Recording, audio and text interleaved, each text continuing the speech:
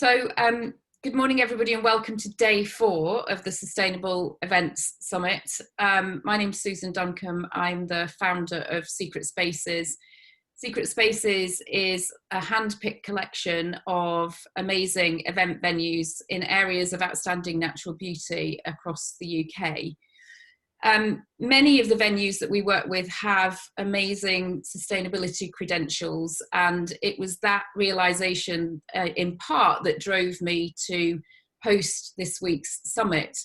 But it was also driven by appreciating how people have become more aware of their environment, certainly their physical environment during the lockdown months when cars were not on the road and planes were not in the air, and we all appreciated that cleaner air.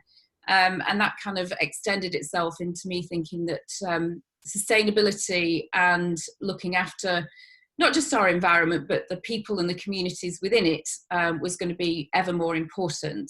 So today I'm delighted to be joined by Caroline Aistrop from Green Spark Marketing.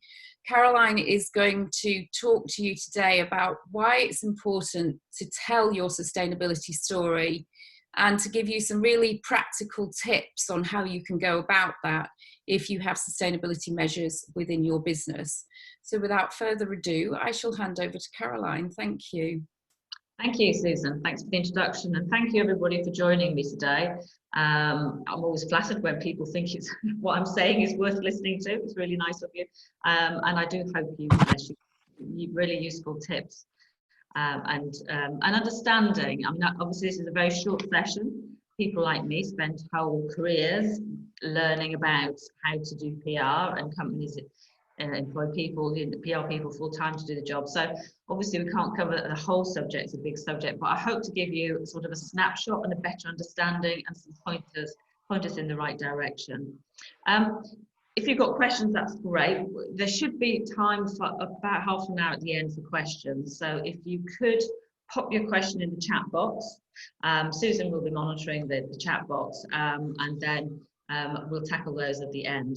So if you have got anything pertinent to a particular slide I show, maybe something's not quite clear about it that you don't understand, do feel free to, just sort of like quickly put up your hand, and Susan will take that and we could just clarify, because it's important that you understand everything as we go along. So going to start off by sharing my screen. Just bear with me for a minute.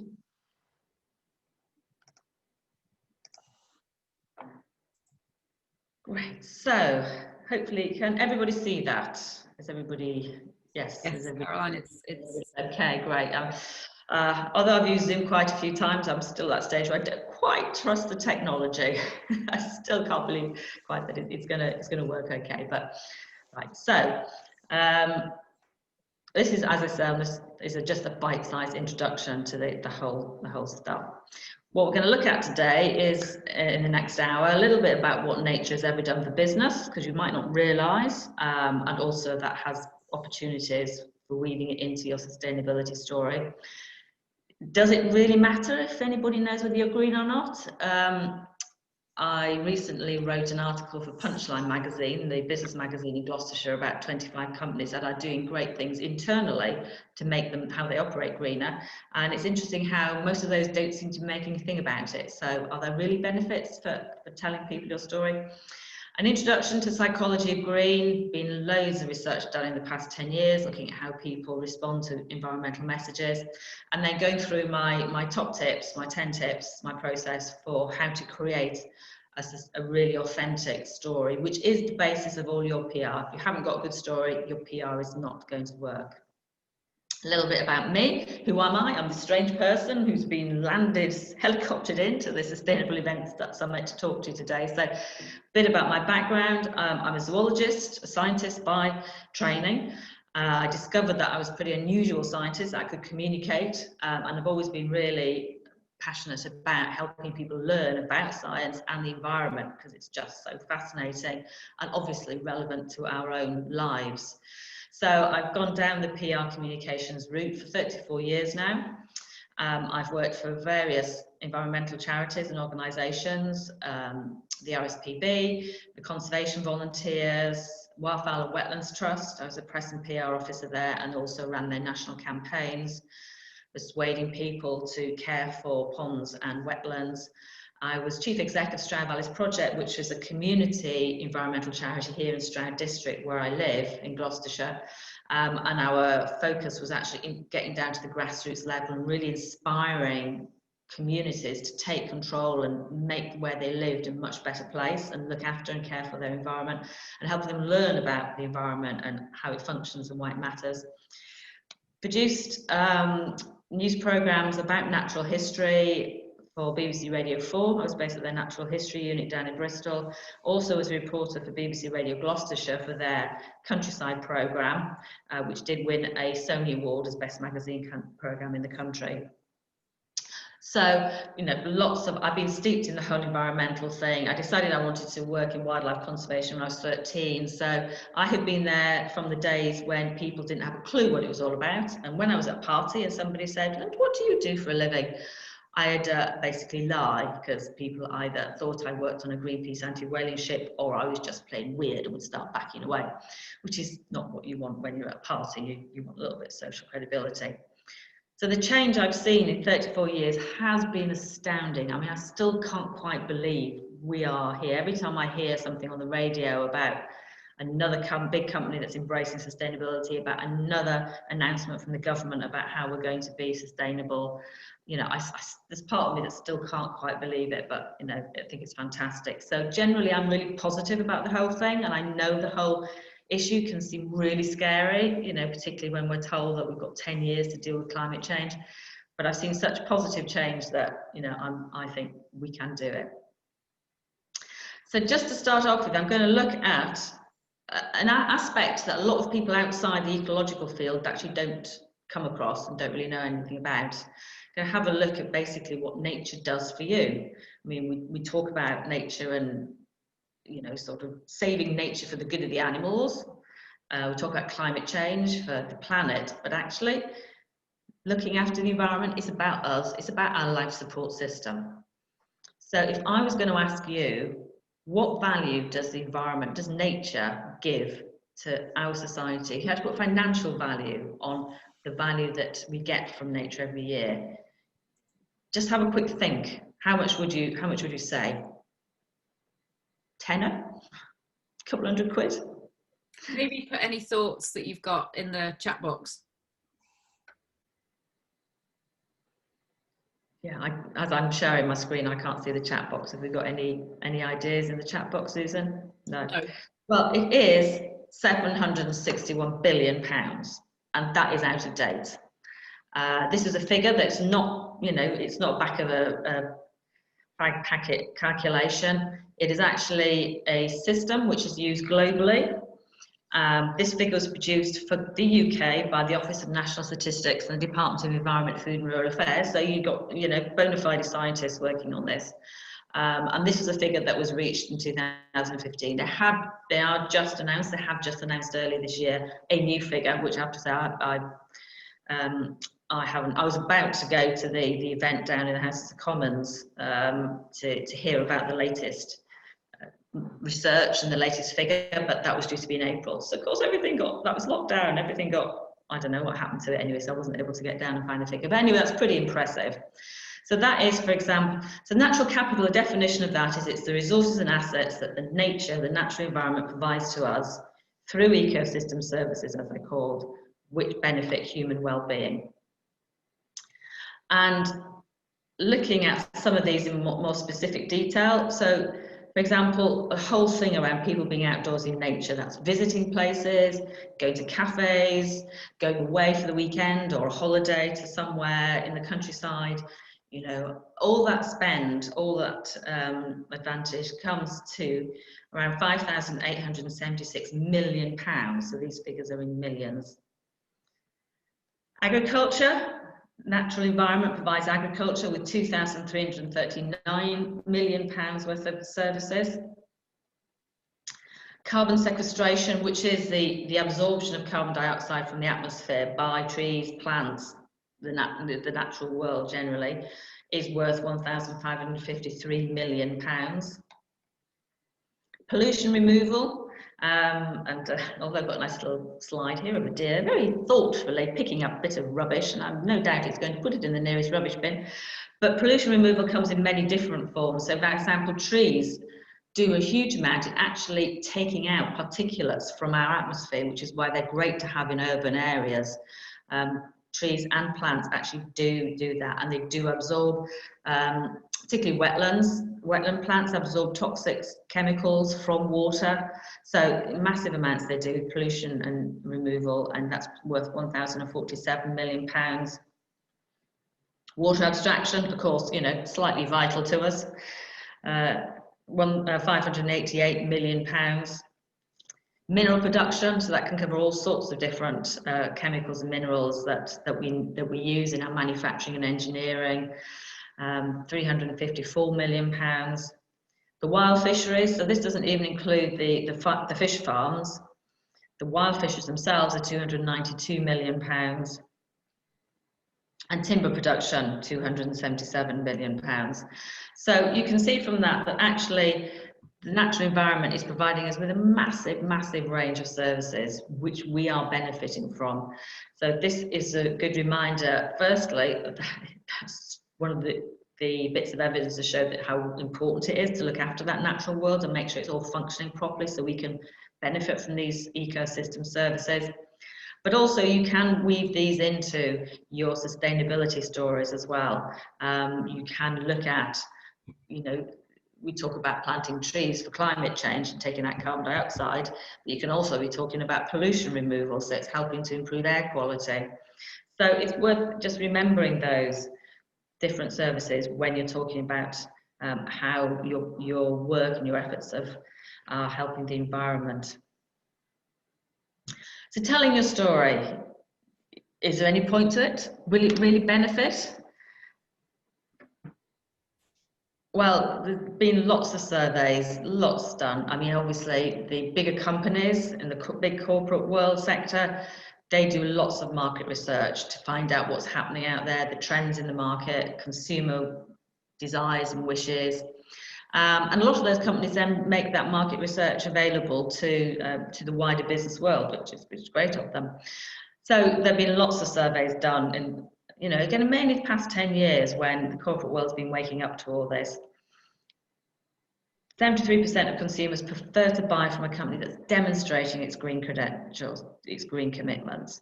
So the public has been waking up to the fact that it has power over purchasing, that it can bring about change through its purse.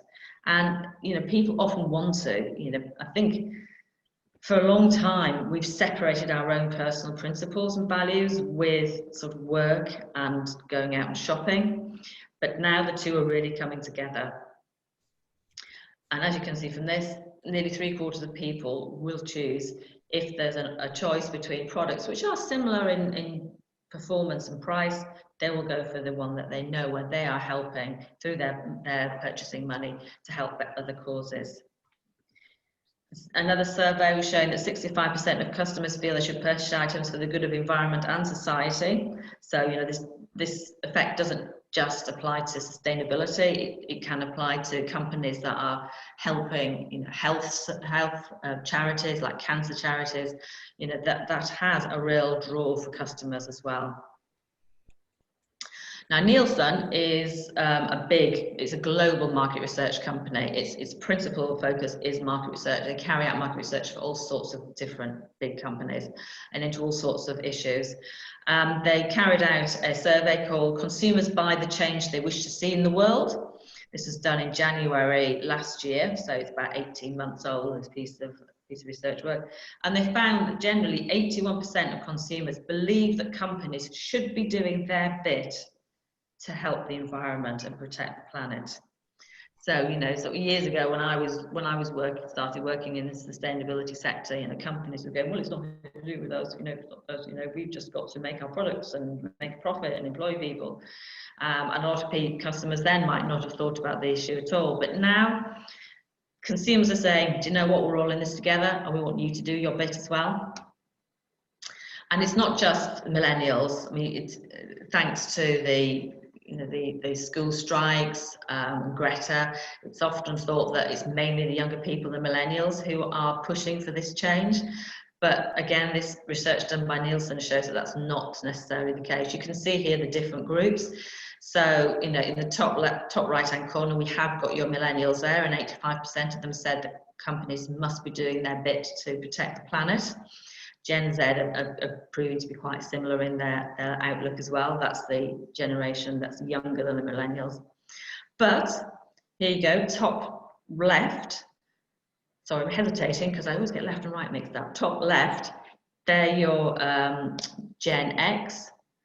These are the slightly older ones, 35 to, it's 34 to about 45.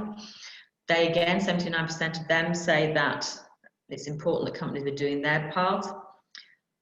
Bottom left, baby boomers, the 56-year-olds to the 65, 72% of them say, yep, companies have got to play their part. And then even bottom right, you've got your 65 plus, they're saying the same. Not quite as many, but they're still pretty high. I mean, 65% is a pretty high figure. I mean, they're called the silent generation, and why they call the silent generation, I really don't know. That's just a dreadful name for them. And frankly, most of the older people in that group I know are anything but silent. Oh my God, they'll quickly tell you their opinion at the drop of a hat. Perhaps that's just the people I know. So you can see across the board, this push, this expectation that companies should be playing their part is quite universal. B2B world is very similar. The UK Small Business Consortium carried out a survey into all sorts of attitudes around businesses and large and small businesses, but they looked at sustainability as well, and they found that 43% of small businesses have been asked about their sustainability policies and practices by the larger companies higher up the supply chain. So I'm seeing more and more now that these large companies are pushing that sustainability down the line.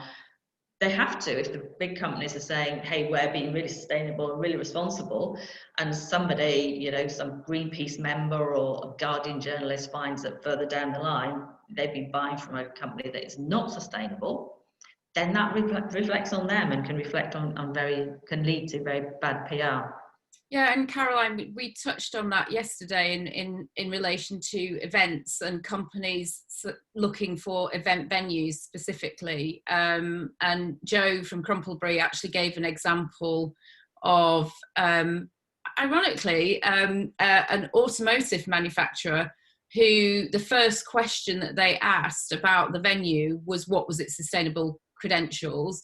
And in actual fact, in real time yesterday, when the session finished, I took a call from an event organizer, and that was one of the first questions she asked me when asking me to put a short list of the venues together, was that, and again, it's an automotive manufacturer who's doing a test drive day for clients, and one of the first things that they asked was that the venue had sustainable credentials. So right. It translates. Yeah. It really does translate. Absolutely. And possibly the automotive industry, because it's aware, it's getting really, it's got a real, well, it is, I want to say image, but it's not image. I mean, it is really unfriendly. Cars are contributing massively to the climate change problem. So it's possibly that those who are more conscious of their impact on the environment that are actually trying to be more sustainable. Because like you, I know when I was writing the 25 companies article for Punchline magazine, one of those companies, again, is involved in the automotive industry, and trying very much to green themselves as much as they can. So a third of workers, apparently, I mean, obviously people need to earn enough to be able to pay their mortgage, pay the bills, all that type of stuff. But there comes a point when a third of workers would actually rather work for a company that they know is practicing sustainability and is being responsible to society, rather than have a higher salary and have a pay increase. Ben & Jerry's, well-known big company, they found that their customers were 2.5 times more loyal. That was their estimation, because their customers knew of all the great work that the company's doing, and that has been a really active company. They have actually initiated and launched a number of ethical and sustainability campaigns themselves, that had knock-on effect to actually making their customers more loyal, and therefore of course that boosts their business. And for a company, it costs 6 times more to get a new customer than it does to get business from an existing customer. So that also translates directly into your profit line.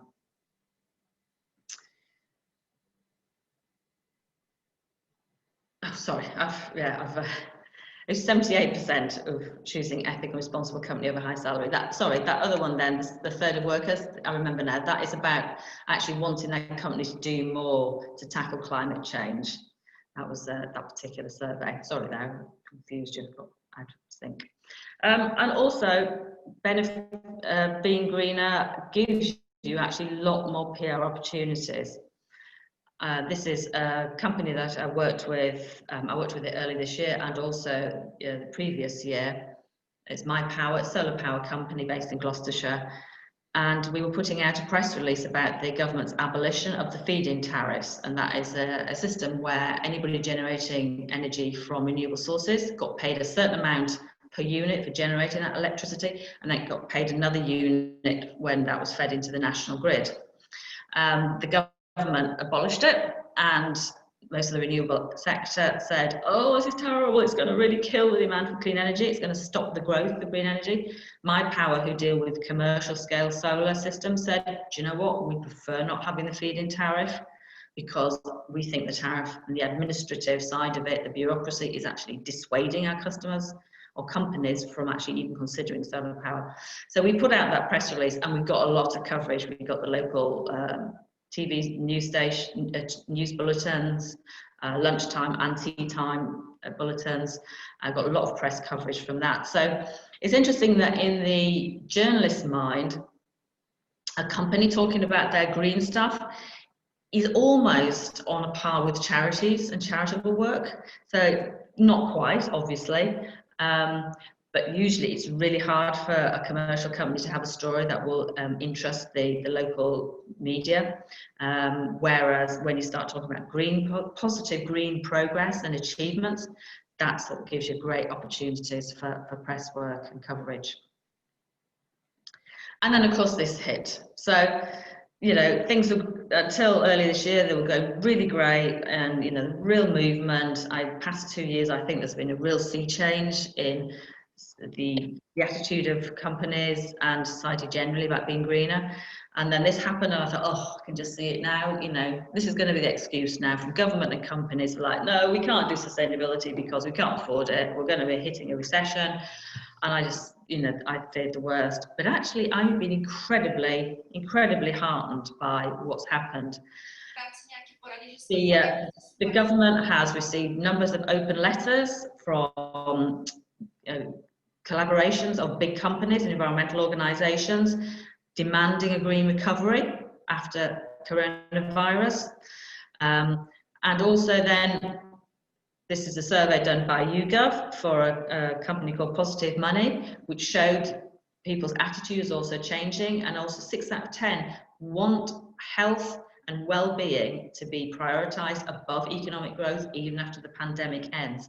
So I was really, really heartened by this. And this is Dynata is another big global market research company, and their research showed that actually for people's attitudes towards companies that were shown to be doing, you know, consciously responsible things for their local society, just helping people during the pandemic, really would boost their loyalty towards those companies. So lots and lots of benefits there for getting your green message out there. It'll boost your customers, it'll help you attract new customers, it'll increase your loyalty in existing customers.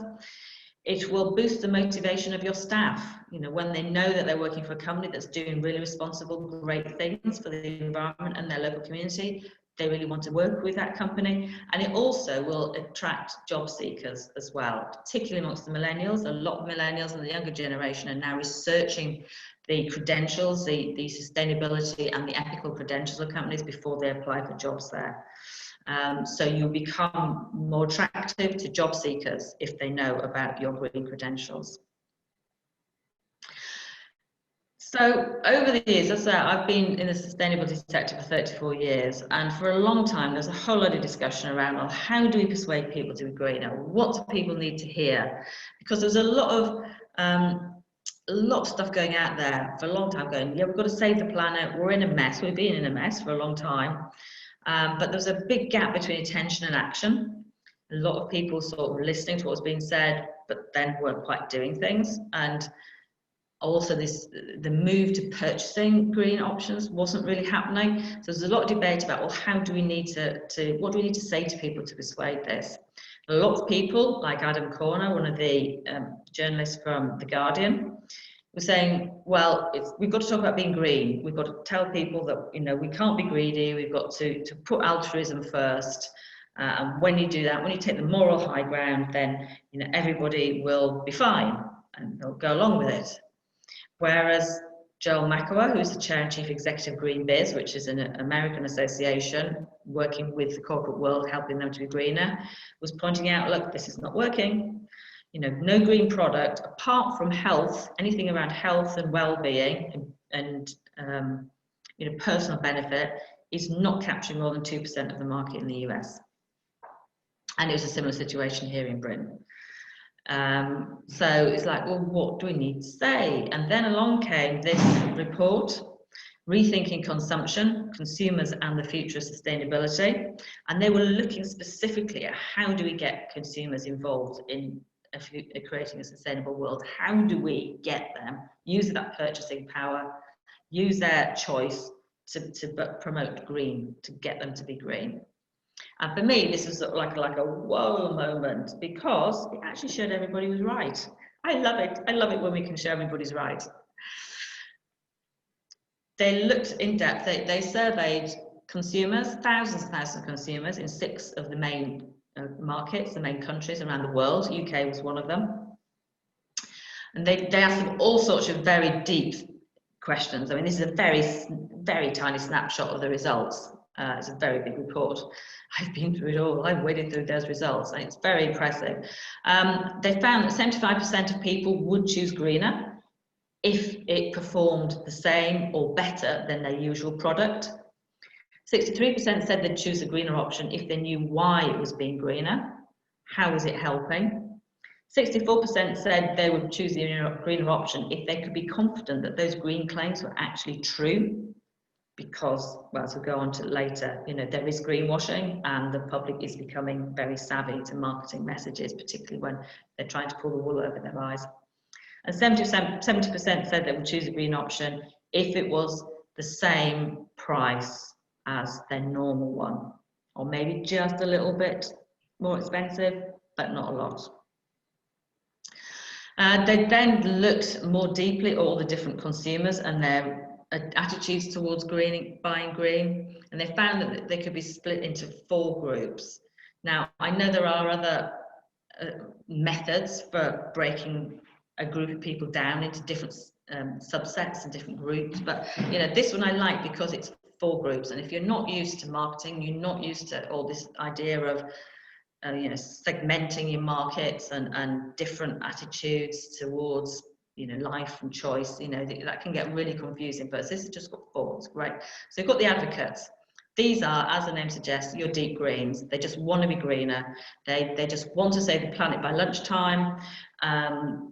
They'll buy whatever it is. If they're really confident that it's green and it's making a difference, they'll be there. They'll support it, they'll buy it. They don't mind if it's more expensive. They don't mind if it works not quite as well as their usual ones. They don't mind if they've got to be inconvenienced to get hold of it, you know, if they've got to make a special trip or whatever to get hold of it. As long as they're confident that what they're choosing is really making a difference, then that's what they'll have. It's really what's in it for we. They are the ones that are really focused on wider society. The aspirationals are 35% of the consumer population in the UK, according to the survey, and they want to be green, but they don't quite know how. They want to do the right thing, but for them, what's really important is their peer group. Peer groups are not really so important for the advocates, though their peer groups are probably going to be other advocates anyway, but they're the ones who are quite happy to go out on a limb you know, they were the people in the early days of the environmental movement, sort of shouting to everybody, hey, you know, this things are going bad. Whereas the aspirationals really care about what their peers think. They want to be seen by their peers to be doing the right thing. So it's important to them to be in touch and to communicate, and you to help them communicate what they're doing. So they're really big on social media. They're the ones who are constantly posting what they're doing, looking at what their friends are doing. Shopping is their favourite pastime. So they do care about the wider issue about society, but they also want their own benefits as well. So they're what's in it for we and what's in it for me. The practicals, which are actually interestingly in the UK, the biggest group here at 37%, they're not adverse to being green, but what they're really looking for is the performance of the product they're buying, the price, the efficiency, the ease of getting it, whether it really meets what they want, what they're looking for. You know, so if it's an event, you know, is it really what they want? They will think about the cost of the ticket. They'll think about, you know, where it is, how they get there. You know, the name says it all, really. So they're not averse to being green, but they're really what's in it for me first. And if there are benefits for the planet as well, hey, that's an added bonus. And then we have the indifference, which, you know, I think this photograph sums it up perfectly, really. It's great. You know, they're just what's in it for me. They believe it's up to the individual to sort out themselves. They don't really believe in the wider society thing. And these will be your climate deniers, basically. They're just not interested. So when you're putting out your messages there, just forget them. They will be green when there's no other choice. But don't waste your time trying to persuade the indifferents, because they won't listen. So just to go on now, to give you some of my tips for creating inspiring green PR. And as I said earlier, underneath effective PR is a good story. If you haven't got a good story, you're not going to get the results from the effort and time, money you put into your publicity and your PR.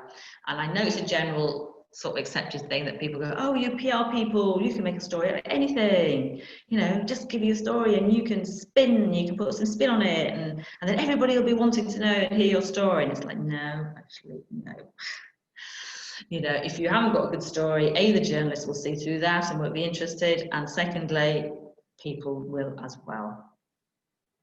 So stories are such the important part of it. You know, stories have a real power to connect. I mean, you just think of when you were a kid, how you used to hang on to every word when you were listening to a great story being told to you.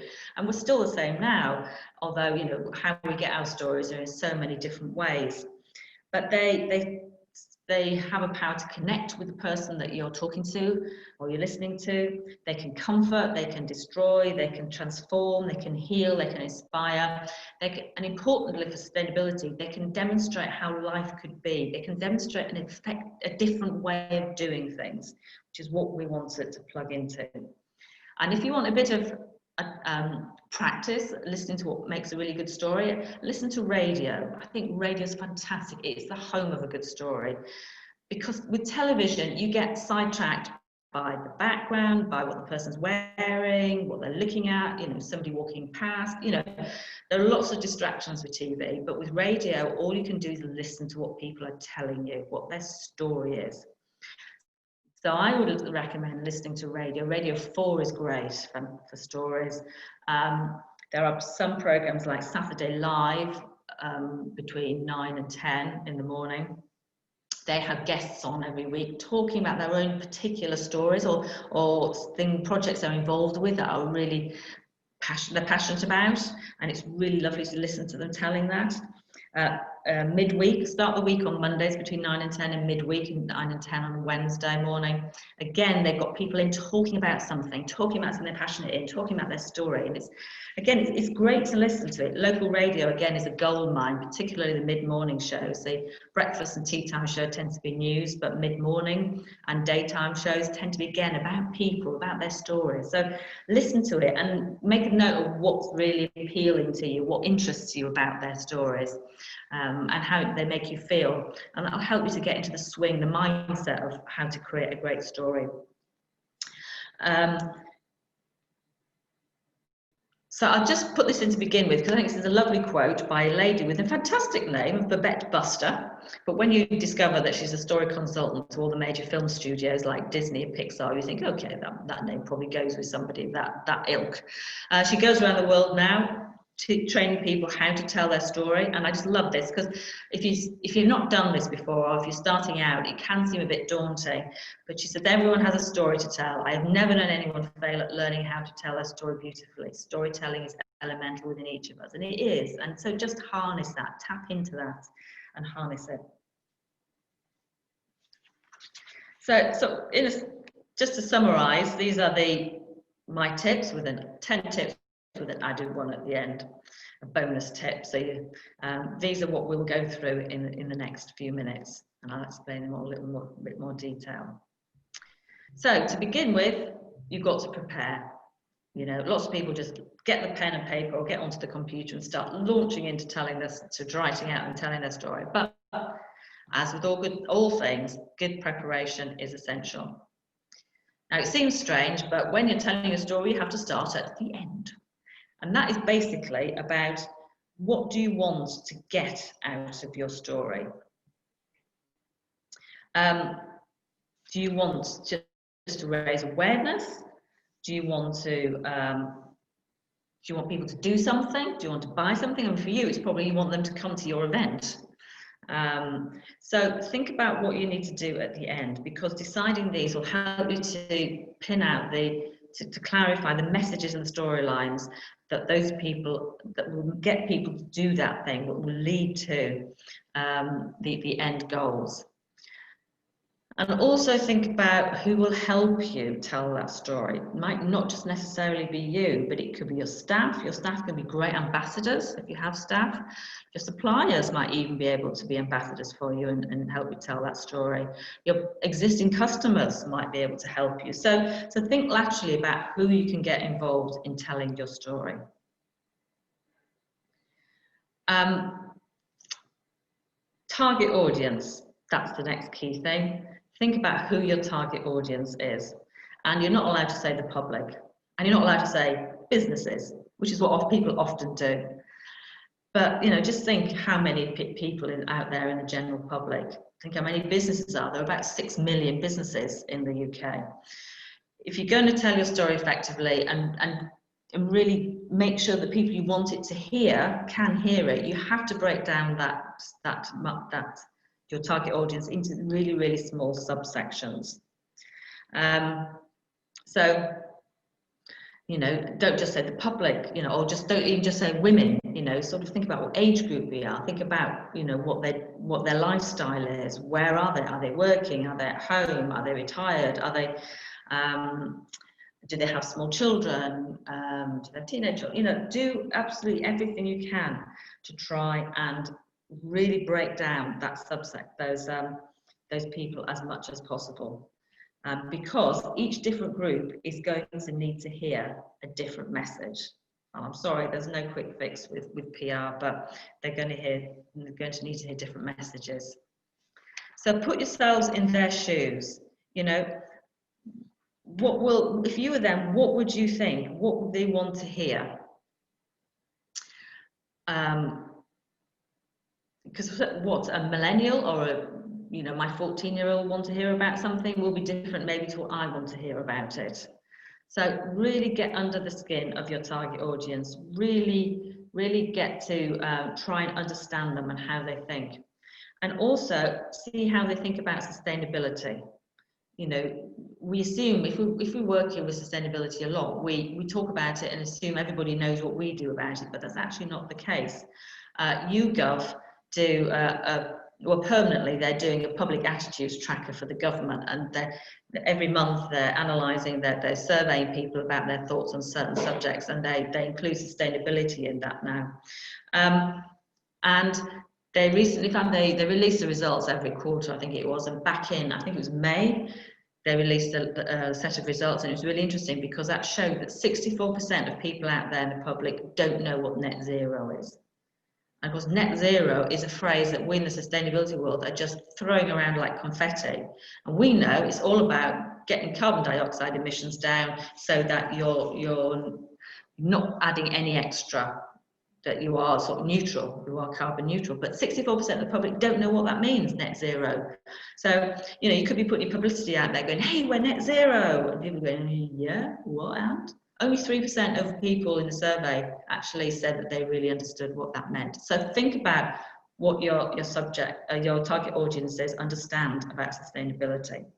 So Caroline, is this what you're saying is, although you're telling the same story, how you tell it and the message that you present needs to be different and have the end recipient in mind? Absolutely. Yeah. Absolutely. And this is it. Unfortunately, people think PR can be done really quickly. You know, I've put a few posts out on social media, or I'll bug the press release out, you know, therefore that's my PR done. But I'm afraid it isn't. You really have to sit down with each, we call it segmented versus unsegmented marketing, basically.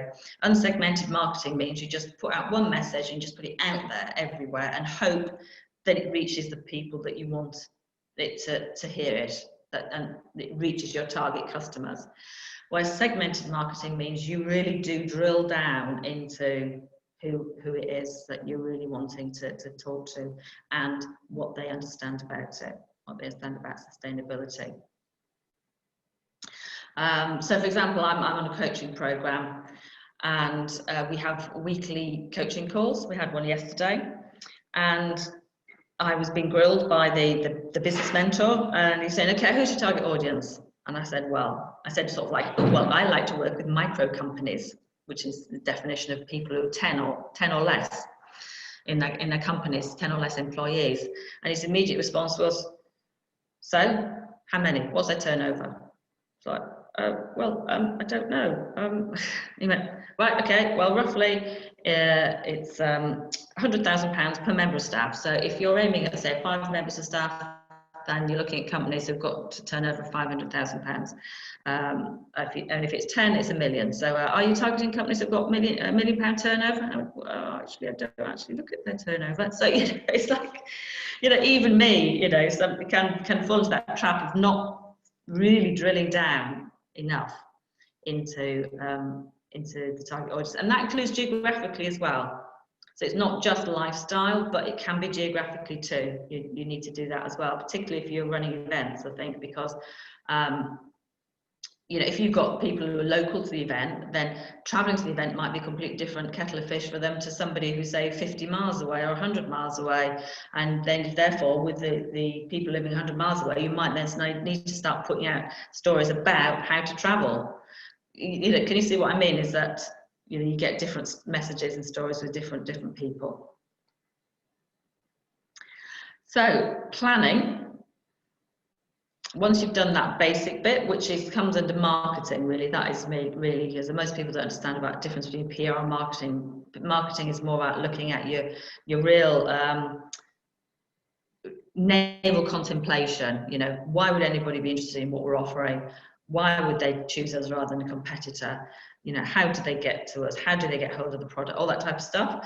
And they identify the messages, and then we PR people go, oh, thank you very much for that information. We'll now take that, and we'll find the best, most effective ways of getting that information out to people.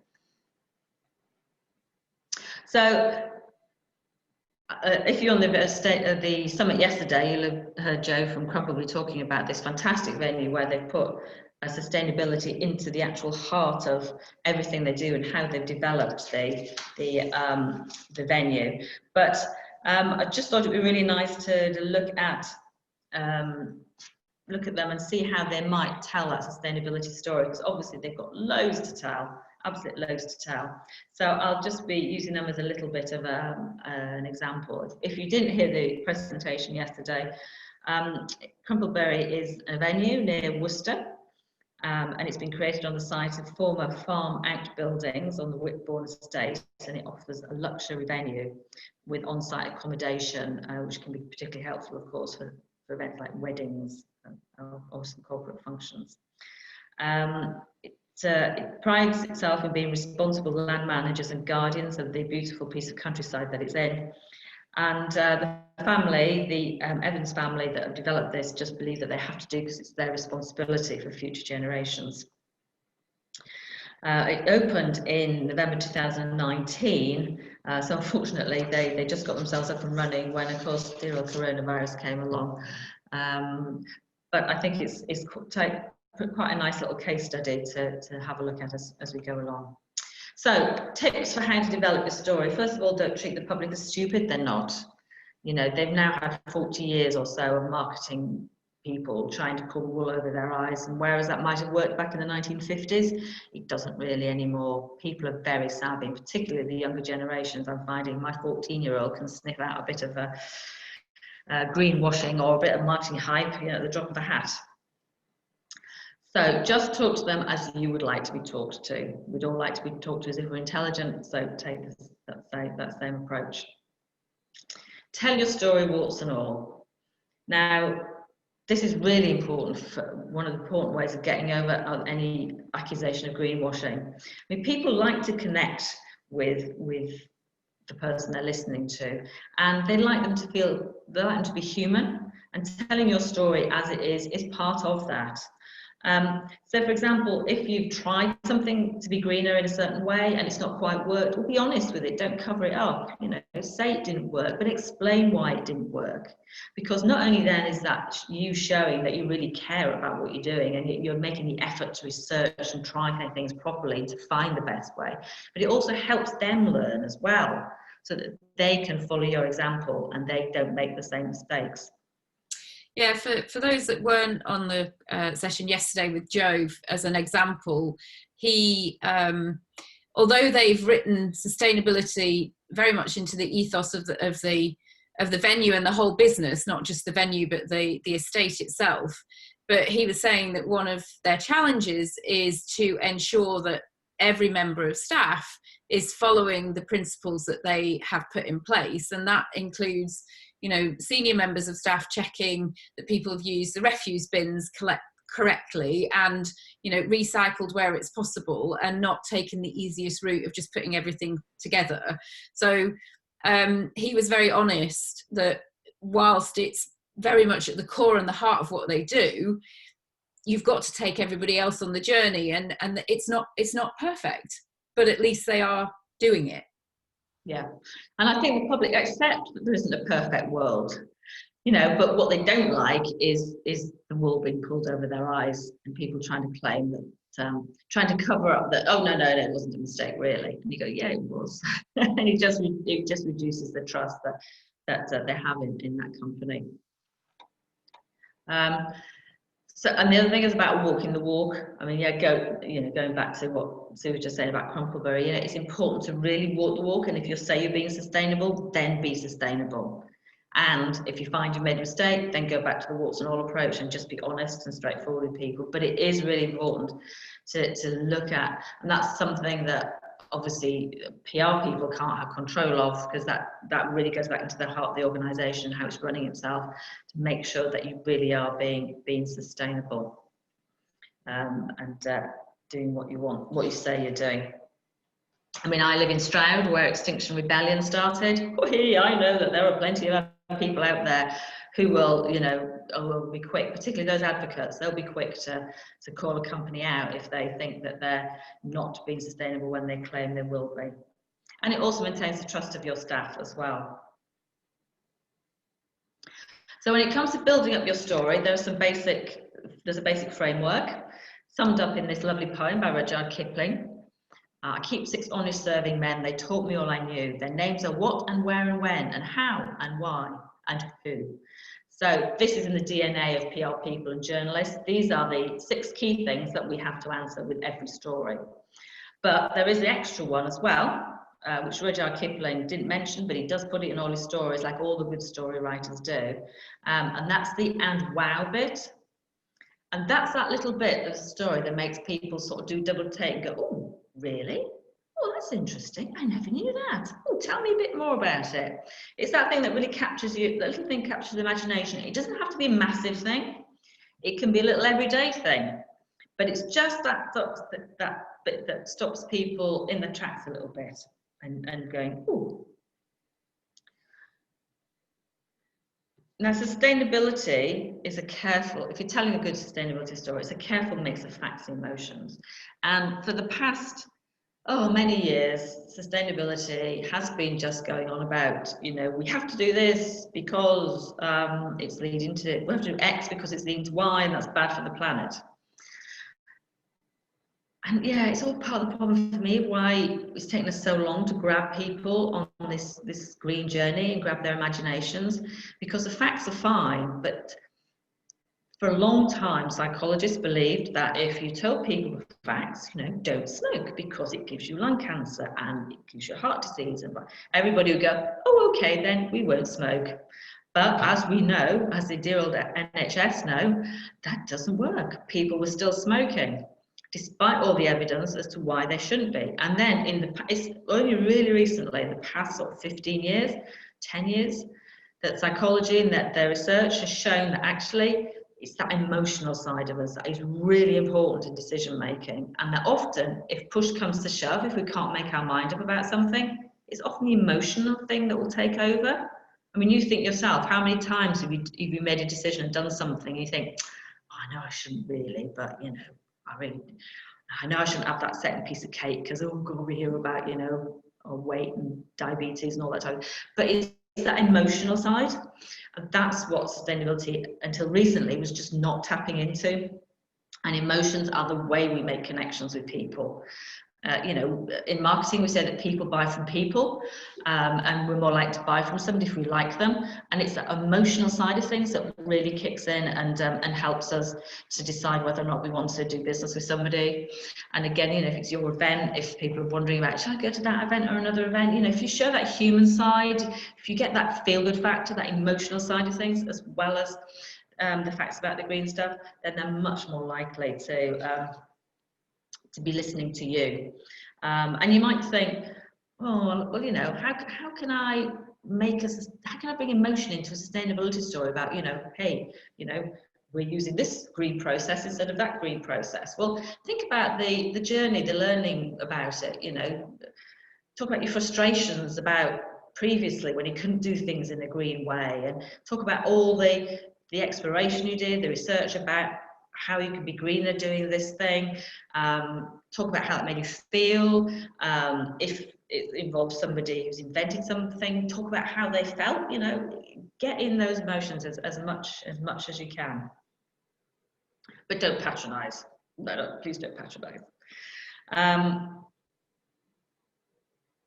So I call this sort of like human right brain and the non-human left brain, because it's shown that the right brain is much more around emotions and creativity, and the left brain is much more practical. I mean, the right brain is your artists, your writers, and the left brain is much more your scientists, putting a bit of a cliched nutshell there. So, when you're talking about the human right brain aspects of your sustainability commitments, again, as I said, talk about the personal journeys, about learning how to be greener, focus on the people who are providing your green supplies, particularly around food and drink. If you're buying from local farmers and local producers, talk about their story, show photographs on your social media of their farm, of how they do things, of the farmer, Same thing you could do about your stories of your suppliers, particularly if you're buying ultimately from communities in developing countries. There's a company in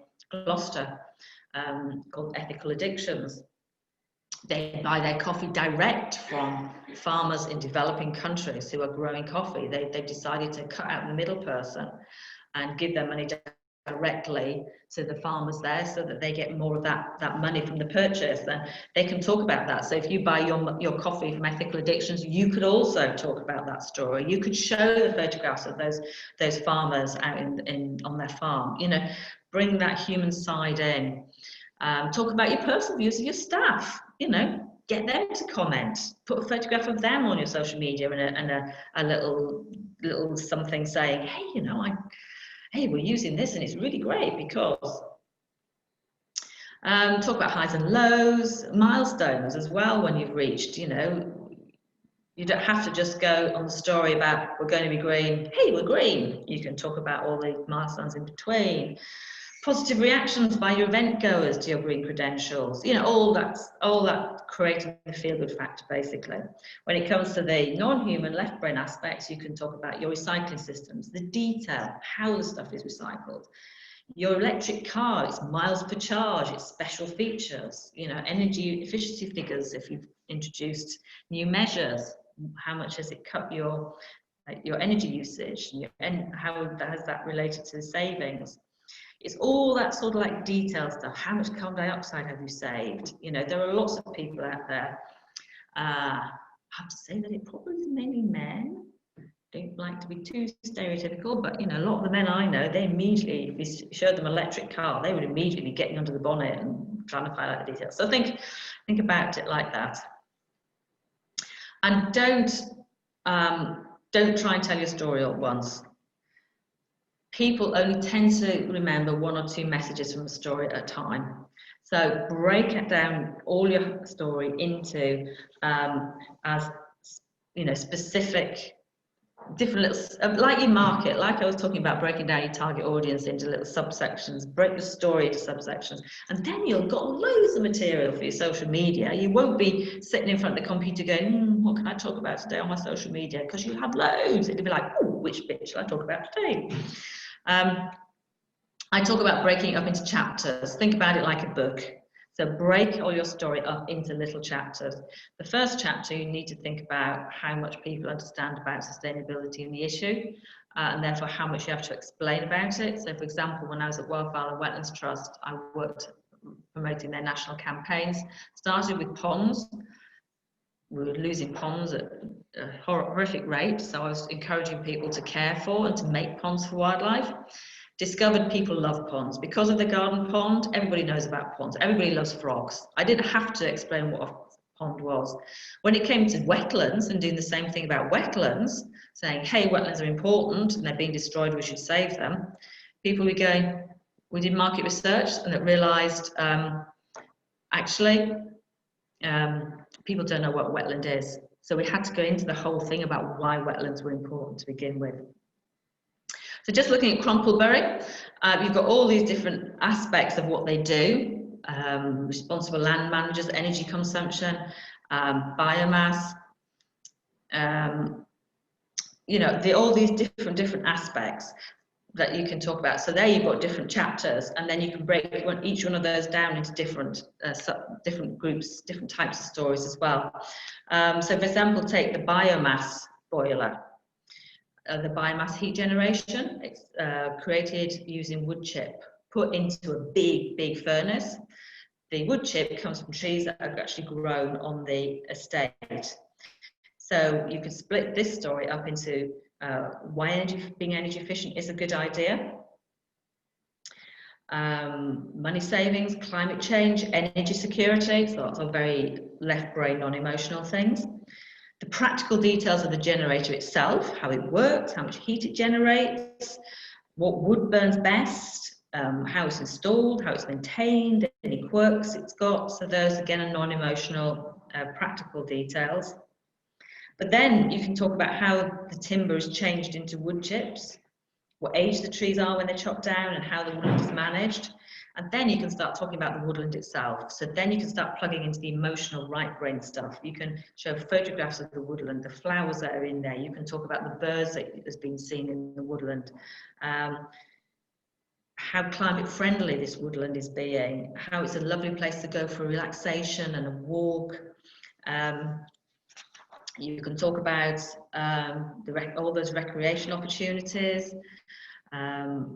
And you could then, comfortably, could also then talk about planting a tree there for every person who books an event at Crumpleberry. So then you've got that personal aspect, and it's making the event goers feel like it's their woodland as well. So lots of different ways there of mixing emotional and non-emotional stuff. And if you've got other things, you might think, oh, well, I haven't got a fantastic venue like Crumpleberry, what can I do? But just look at all of what you're doing internally. Look at your supplies, your transport, waste. How are you reducing your waste? What are you doing with your waste? Have you brought in, paper straws instead of plastic ones? The food and drink, as I mentioned earlier, talk about where you get that from if you get it locally from local producers. Your communications, phones. I have a Fair phone. It's been made without, it's got conflict-free minerals in it. Because what we don't realise is that our phones have got lots of rare metals in them. A lot of those metals are dug out in mines in South Africa, which are actually controlled by criminal gangs. Money goes into crime, into arms, weaponry, and also the workers on the mines are treated appallingly, whereas this Fairphone has got conflict-free minerals, so it avoids all that. So there's a story there about that phone. If you're supporting a good cause with your money, if you're making a donation to a good cause from your event, talk about that. And then, of course, your venue, if you've got green credentials. So then your delivery of your PR, include it right from the start. I mean, if you don't go away with any other thing to remember apart from this, make it this. Start, put your PR right in the start of whatever it is you do. So often people will come to me as a PR person and go, hey, we've done all this. Now can you tell everybody about it? And the work is so much harder, and I'll have missed so many stories. You know, if you're involved right from the start, you can be seeing the possible storylines, and other people involved can be telling you, they can be giving you their good ideas for storylines as well, and you can get them involved so that you're not always having to dig out the stories. People are starting to come to you with the stories. And when I was press and PR officer at the Wildfire and Wetlands Trust, I would go to the morning coffee break that the research department had every day, because I knew that that was a place where I could talk to people informally over a cup of tea, and I could find the stories. And they would get to know me, and they would start actually contacting me with stories.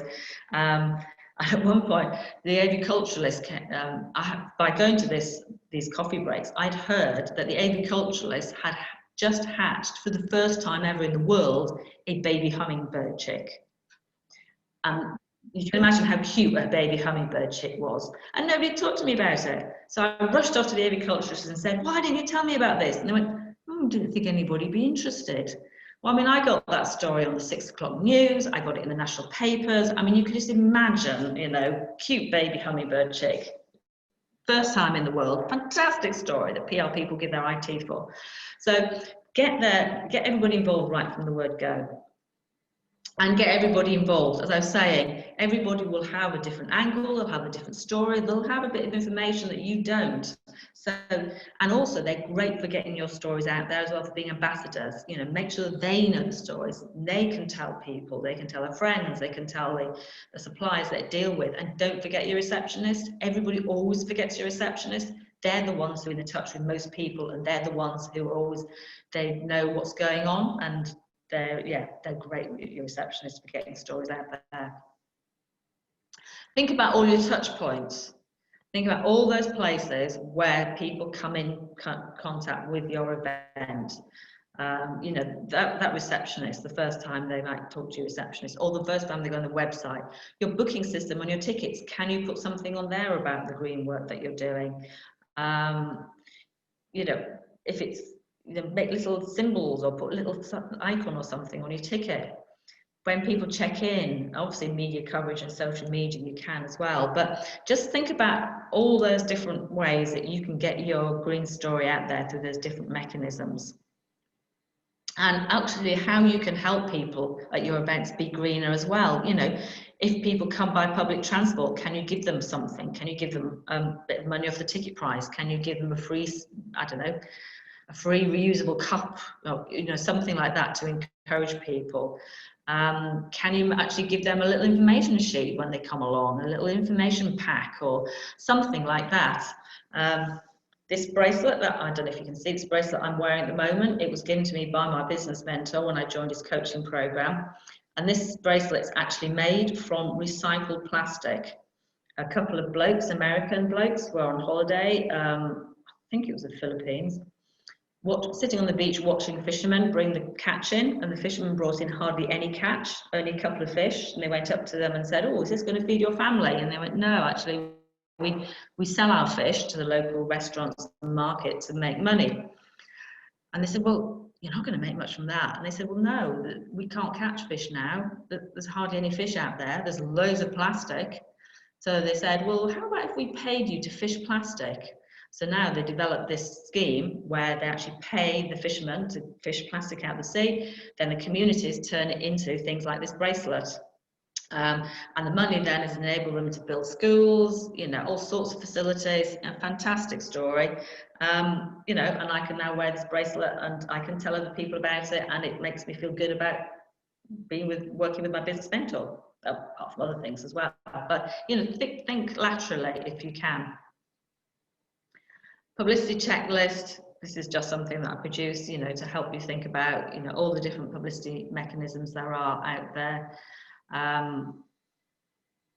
Yeah, just brainstorm it and just think about every way you can get things out there. Now this is Festamain. This is a festival of manufacturing and engineering that I worked on. I handled the PR for this. It's based in Stroud district, here where I live. And the aim of it had this very noble aim, was to change the public's attitude of manufacturing and engineering, because people think it's something that's very dirty, oily, smelly, and that manufacturing and engineering is dead in the UK. Whereas here, 25% of people are employed in manufacturing and engineering, and we've got an incredible history of it in this district. Lawnmower was invented here, adjustable spanner was invented here, mass production of pins was invented here. So they wanted to get this story out, but of course we couldn't get that story out to everybody. As I said, you have to divide your category up into as many subgroups as possible. So one of the key subgroups was children, particularly end of primary school age, early teens, because the evidence showed that that's when kids start thinking about their careers and what they're going to do.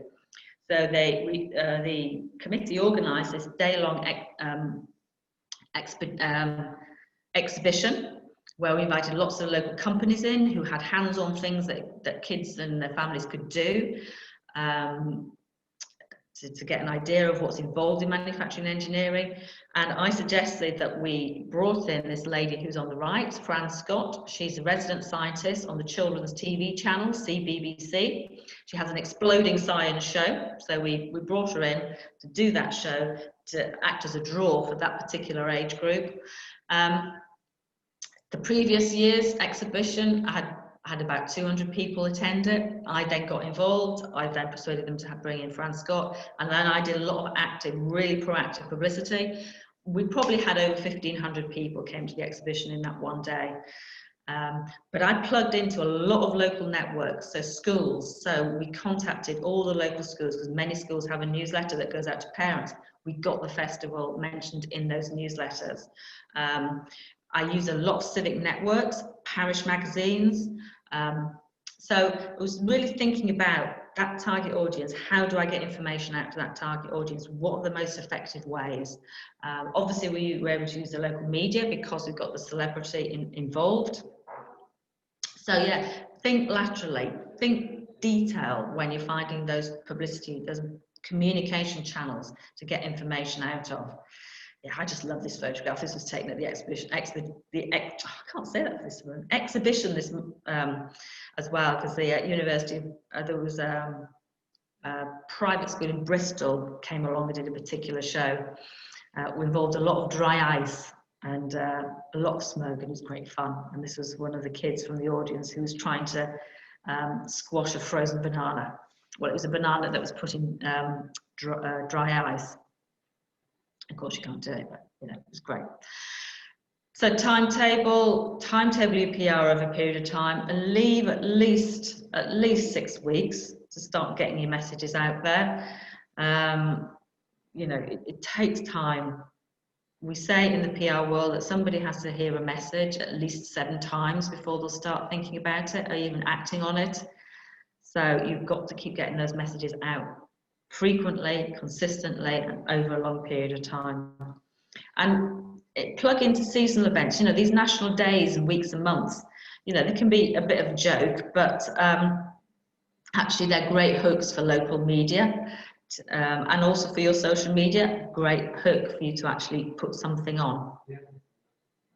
And these are some of the places. There are lists, believe it or not, where you can find all the lists of the national days and weeks and months. You know, and there are all sorts out there like International Carrot Day, International Cream Tea Day. So it'd be amazing. I mean, if you have an event and you have got something you can say about International Cream Tea Day, you know, do.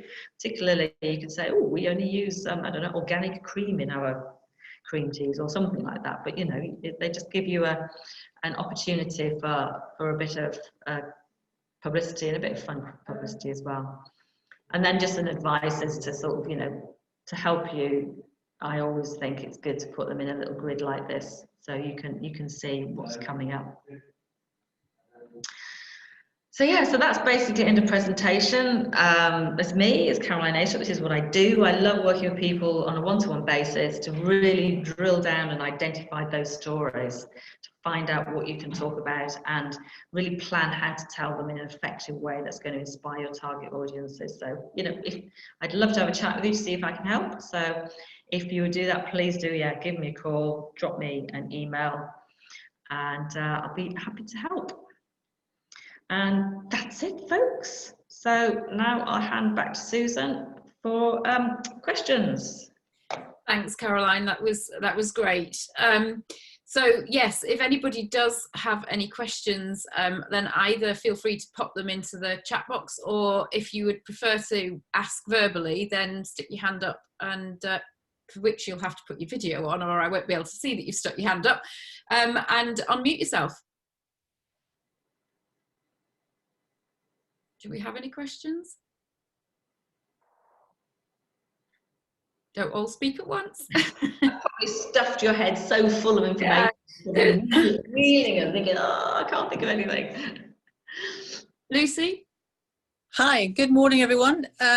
Good morning, Caroline. Hi, Susan. I haven't really got a question. All I wanted to say was I thought that was an excellent presentation. Lots of very, very useful information.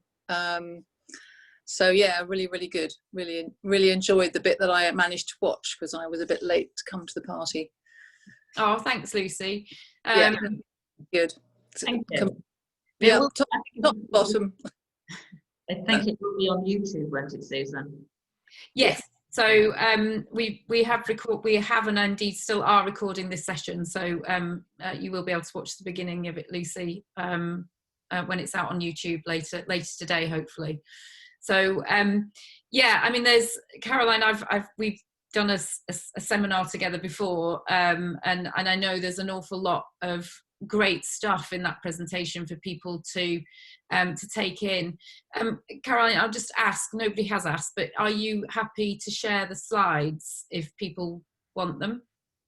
Yeah, I can. Absolutely. Okay.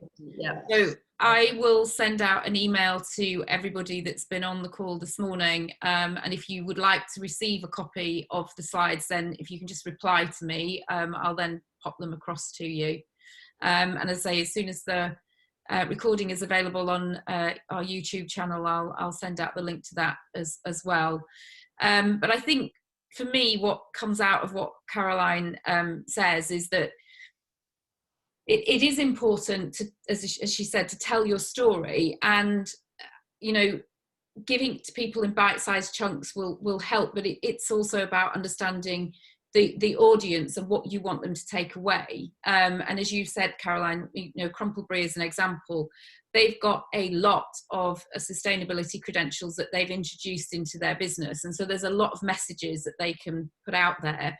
And I think, you know, from a PR point of view, obviously that's one aspect, but for them, breaking that down and thinking about where their audience is on social media platforms, because they're all different as well, and understanding how that aspect of it works. But it definitely is, certainly from a corporate point of view, going to become more and more relevant for businesses to explain what it is that they do from a sustainability perspective. And as I said during the course of your presentation, I've got two clear examples, one from Joe yesterday and one personally myself yesterday, of big businesses and it being one of the first questions that they're asking about when they're looking to choose an event venue, which I think is amazing, and it will only be the start. This is something that's going to happen more and more, and that will then percolate out to the venues themselves, looking at the suppliers that they work with. And I know Joe has made some changes, particularly from a waste management point of view. They actually went and visited the waste management company that they were previously using to understand exactly what they were doing with their waste. And even though they were separating it out at Crumplebury, that wasn't what was necessarily happening with it at the end.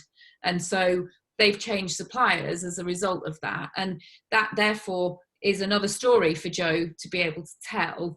And it's that education piece as well, isn't it? That's been a theme throughout the sessions this week, is how to educate the people that are using your event venue or choosing you as a supplier as to why working with you is going to be better than it is working with somebody else. And, you know, Lucy, in your session on Monday, you were very clear to demonstrate that sustainability isn't just about the planet, it's about people, and it's about profit, importantly, from a business perspective, because if a business isn't sustainable, isn't profitable, then it can't continue to employ the people that it employs and to buy down the supply chain. So, you know, I think sustainability is a big picture view, isn't it? Yeah, definitely. I think interestingly as well, you know, in about 10, 15 years time, you won't be having to talk about how you're green. I think it's going to be, change is going to be so rapid that actually it'll become normal, and companies will have to be justifying why they're not green. But at the moment, we're in that transition point where it is really important to actually, to tell that story and show how you're being greener.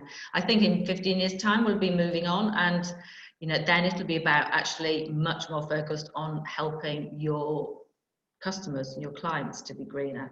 At the moment, and it is, I think it's important story to get out that it's a win-win for everybody. This is what I've always said about sustainability right from the early days. It is a win-win.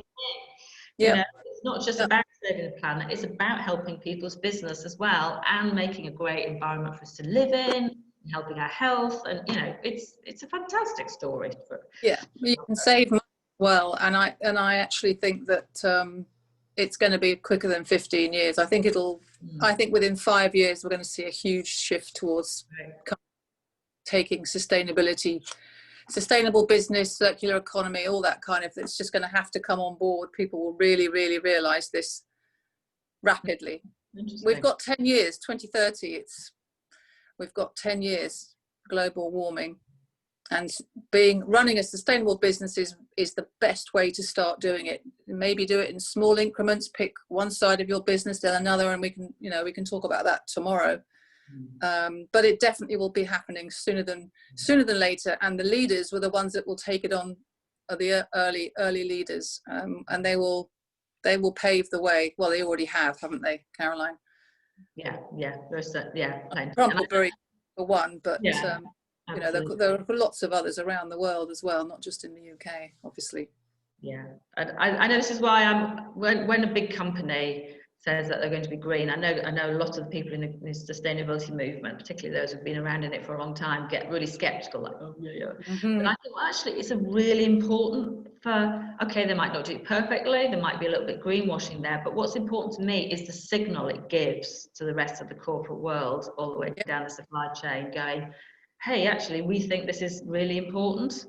And then, you know, other companies go, oh, right, okay. They're thinking it's important, then perhaps we ought to think so as well. So those influencers, it's really important for influencing.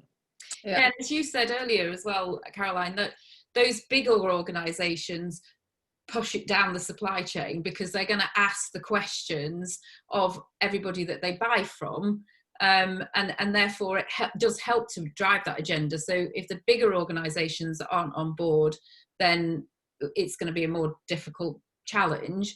I think, you know, for smaller businesses, there's perhaps much more appreciation, and it's easier, you know, for Joe at Crumplebury, he's in direct control of absolutely everything. And, you know, he spoke very passionately yesterday about directing people to make seasonal food choices, much of which in his case comes farm to fork, and you know, actually posing the question of people that are looking at Crumplebury for their next event as to, you know, do you really want Dover sole?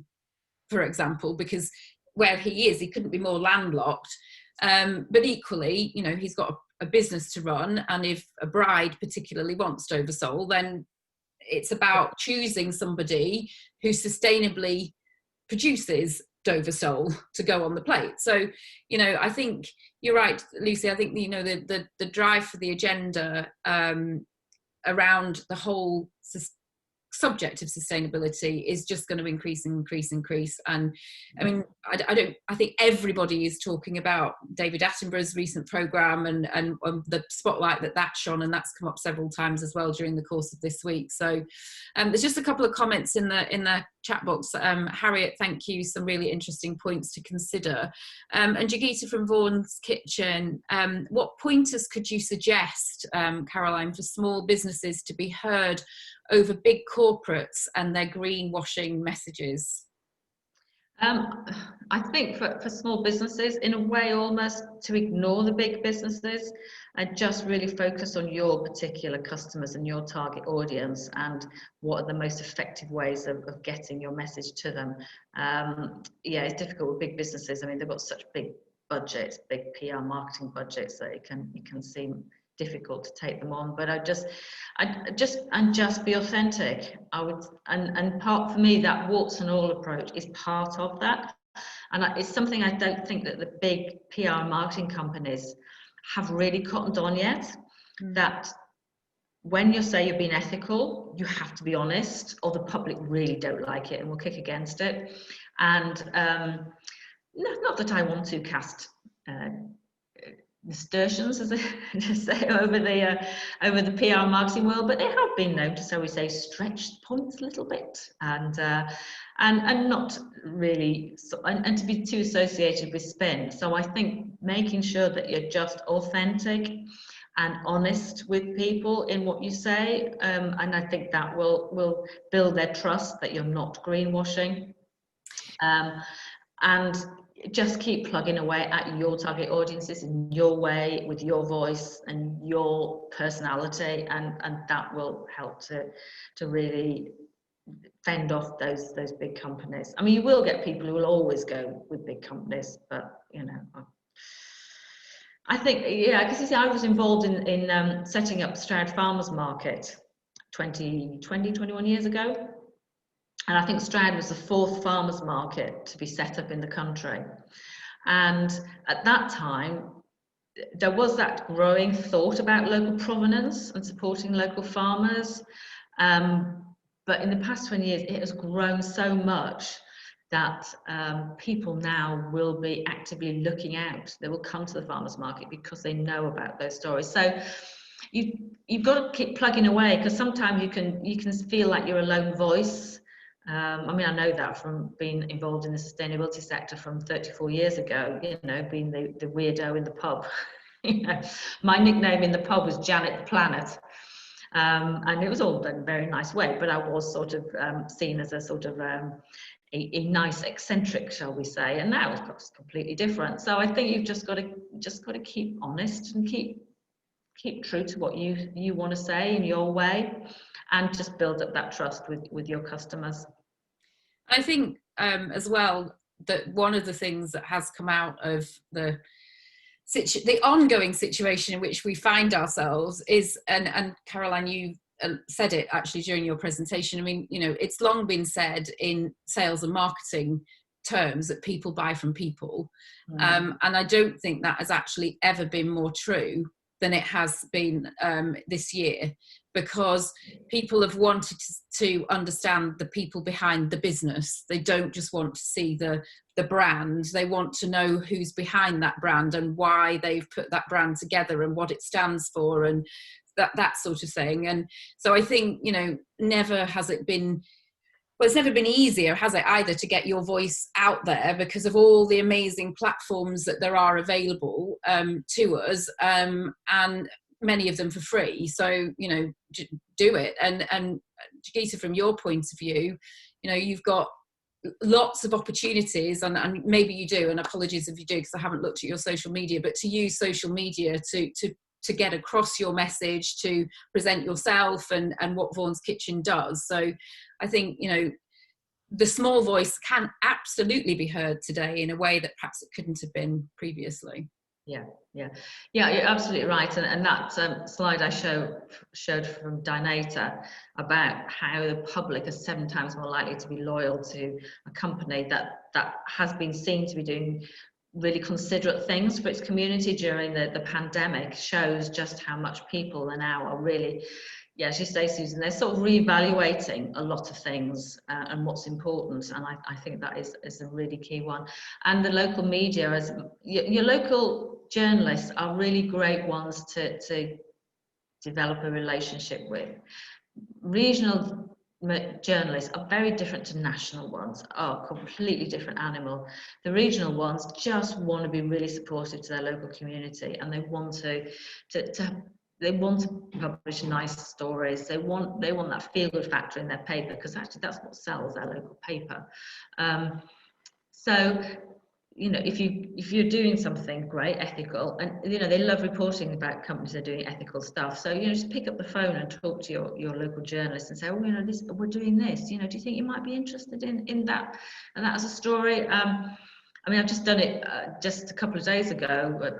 One of the jobs I'm doing at the moment is I'm promoting an award called Eco Hero of the Decade, which is a new category that's been introduced by the People Environment Achievement Awards when they're 10 years old this year.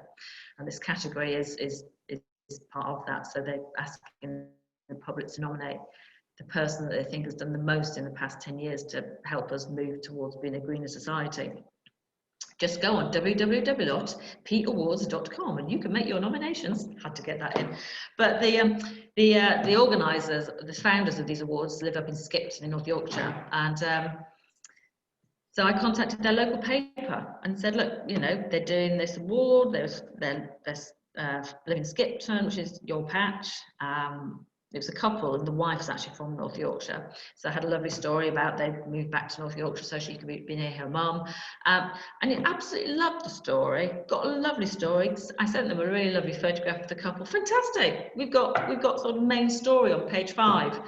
You know, so it's sort of virtually the whole page. You know, develop that relationship with your local paper, and it will really, you know, with ethical and sustainability stories, you know, you will have a real opportunity to get into a good coverage in the local papers. Yeah, I know here in Gloucestershire that BBC Radio Gloucester is also always open, aren't they, to interviewing local businesses and so forth. So local radio stations are also a good avenue. Because they are there to serve the community, so they're more open than those national papers might be. Oh, absolutely, yeah. You remember, with local radio, you will need an interviewee. You will need somebody who is good on the radio, who sounds good, is articulate, who can convey that passion, and that the radio station can depend on to give them a good interview. So obviously you've got to be aware of the tools that the different type of media need. So newspapers as well, we want a really nice photo. Don't skimp on your photos. Don't just take a photo on your mobile phone, please, because they're usually dreadful. You know, get somebody, even if you pay a little bit, get somebody to take a good photo. Radio, you'll need a good interviewee, and that, again, if you've got a really good people side of things, your daytime shows will really like that. They've got a lot of hours to fill these days. Your drive time and your breakfast shows are much more news orientated, and it's much more difficult to get actual coverage on those unless you've got something that is really newsworthy. You know, it's really different, it's innovative, it's you know, yeah, it's got that hard hitting edge to it. But yeah, explore the daytime shows, but listen to the shows first, and then you'll get an idea of the type of stories and type of people they like to interview on those shows. Right. TV, well, regional TV, I wouldn't try that again. That is really, that regional TV is like halfway between national and regional. You know, they've only got a very short space of time on their news programs. And they cover large regions. The TVs cover huge regions, usually a few counties at a time. So your story would have to be really quite exceptional in order to feature on the TV. But they do like people, again, they do like that people angle.